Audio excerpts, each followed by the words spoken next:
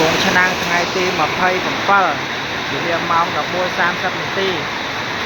មេឃភ្លៀងខ្លាំងពុកម៉ែបងប្អូនបាទដាក់មកមេឡើងជួបជាប់ល្អហ្មងបាទឥឡូវនេះកំពុងតែភ្លៀងបងប្អូនភ្លៀងបាទមេឃកំពុងជប់ហ្មងភ្លៀងខ្លាំង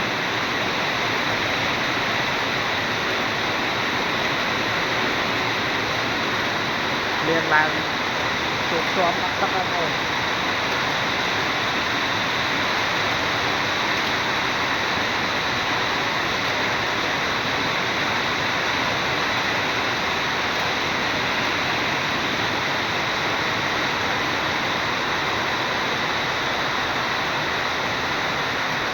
ល្អហ្នឹងនេះក្តៅពេកហើយបានភ្លៀងមកល្អហ្មង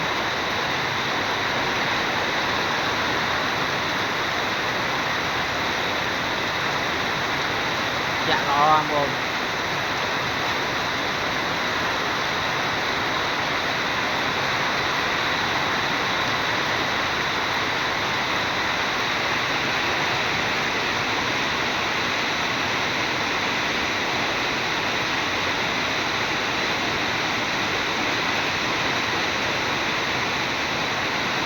ដើមឈើញឹមល្អដល់តែស្រស់ល្អហ្មងមេនេះគឺសប្បាយចិត្តហ្មង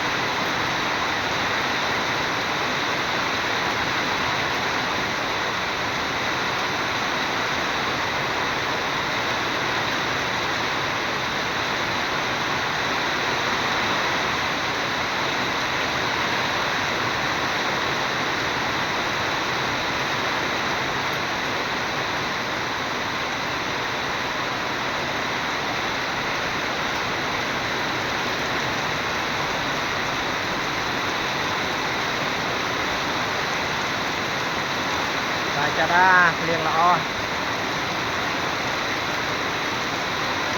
អានេះដើមឈើឯង